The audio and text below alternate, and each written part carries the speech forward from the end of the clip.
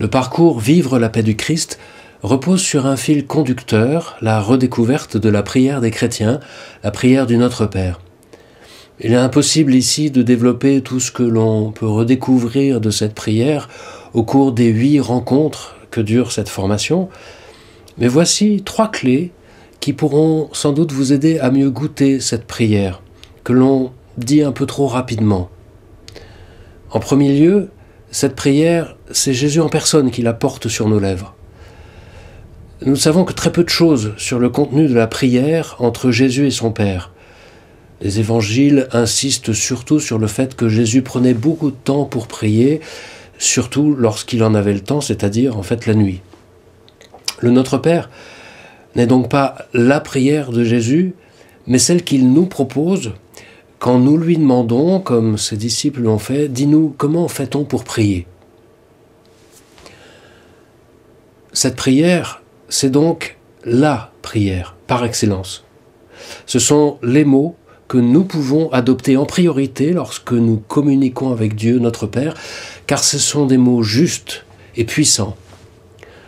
En second lieu, puisque ce sont des mots justes, ils vont toucher leur cible très facilement. Et la cible, c'est pas Dieu. Lui, il sait très bien de quoi nous avons besoin. Ces mots vont toucher la cible que nous sommes. Le Notre Père, c'est la prière que Dieu, en quelque sorte, nous adresse. Je m'explique. Lorsque nous disons « que ton règne vienne », lui, il sait très bien quel est ce royaume de paix, de justice, de bienveillance qu'il désire voir établir en nous, avec lui. Aucun doute sur le fait que Dieu désire cela et qu'il le veut tellement plus fort que nous-mêmes, alors que nous pouvons le souhaiter d'une manière fluctuante, avec une volonté pas toujours très courageuse. Lorsque Jésus nous demande de dire « que ton règne vienne », c'est pour que nous prenions conscience que ce règne dépend de notre attitude. Ce n'est donc pas Dieu qui fait obstacle au règne de l'amour. Ce sont évidemment les êtres humains. En priant notre Père, en disant « avec lui que ton règne vienne », nous prions donc avec les intentions de prière qui habitent Dieu lui-même. En troisième lieu, si ces mots du Notre Père sont faits pour nous changer, ils sont aussi capables de faire évoluer notre lien à Dieu, puis notre lien aux autres. Alors que la prière peut parfois prendre un tour commercial, je te donne ceci en échange, je te l'échange contre cela, le Notre Père nous fait changer de braquet, on passe à la vitesse supérieure, à un niveau professionnel. Le Notre Père, c'est la prière de ceux qui se reconnaissent enfants de Dieu, c'est-à-dire adoptés par lui, du même rang royal que Dieu en personne. Ces mots-là ne sont donc pas des mots anodins ou insignifiants. Ils nous apprennent à entrer en communication avec Dieu d'égal à égal, et non pas de client à prestataire de service.